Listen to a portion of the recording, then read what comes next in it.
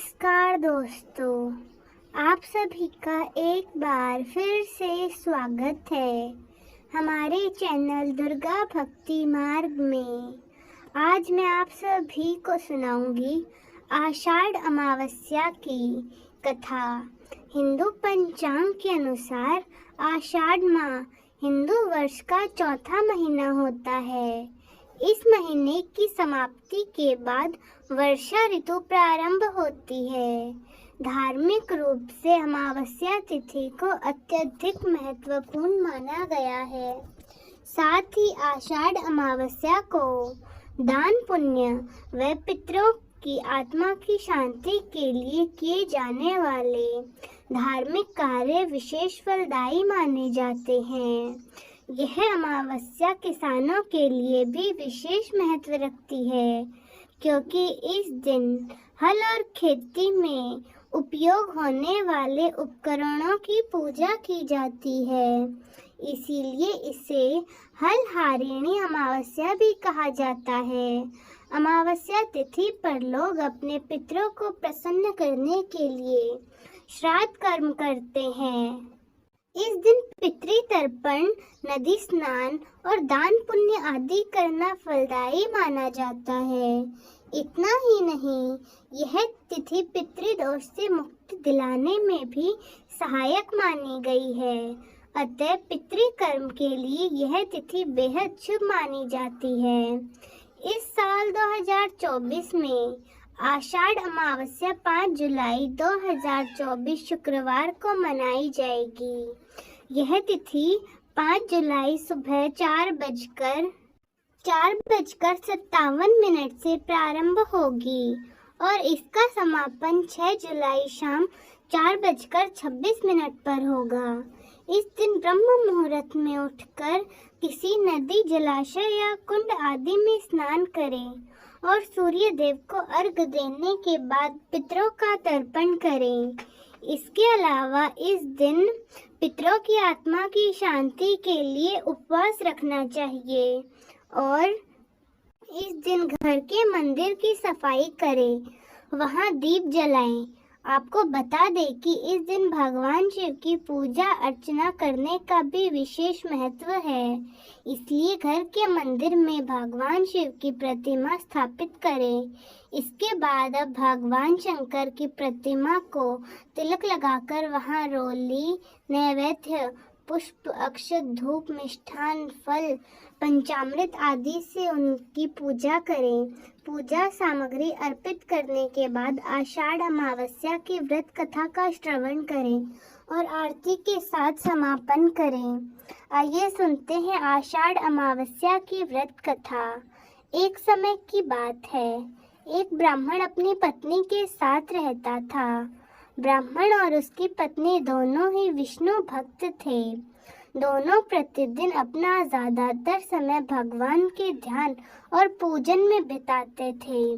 ब्राह्मण का घर धन धान्य से भरा हुआ था, किंतु संतान न होने के कारण वे हमेशा दुखी रहा करते थे।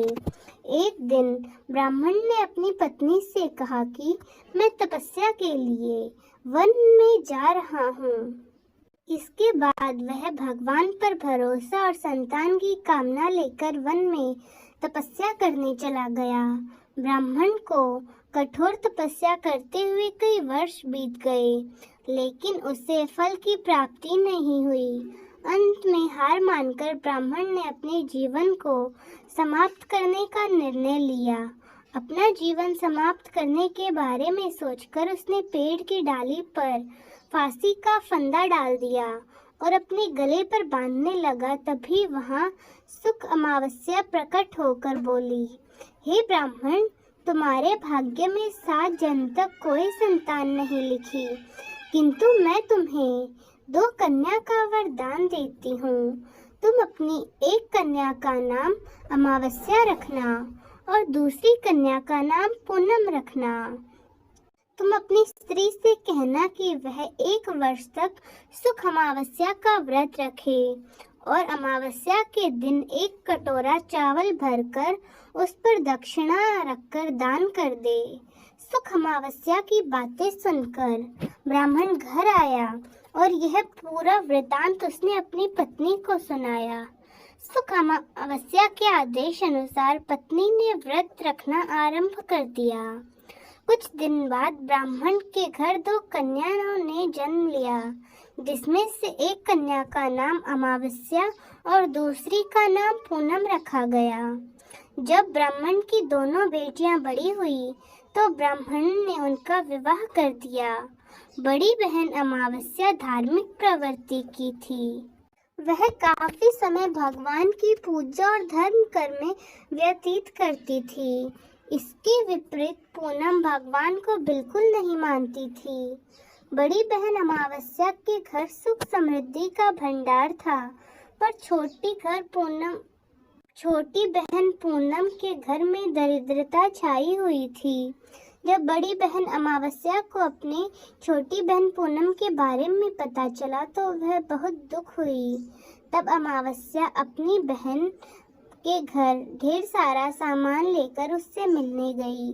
छोटी बहन के घर पहुंचकर अमावस्या ने उसे 1 वर्ष तक सुख अमावस्या का व्रत करने की सलाह दी। साथ ही अमावस्या ने व्रत को विधि पूर्वक करने के बारे में पूनम को बताते हुए कहा कि तुम 1 वर्ष तक सुख अमावस्या का व्रत करना और 1 कटोरे में चावल भरकर उसे दान कर देना।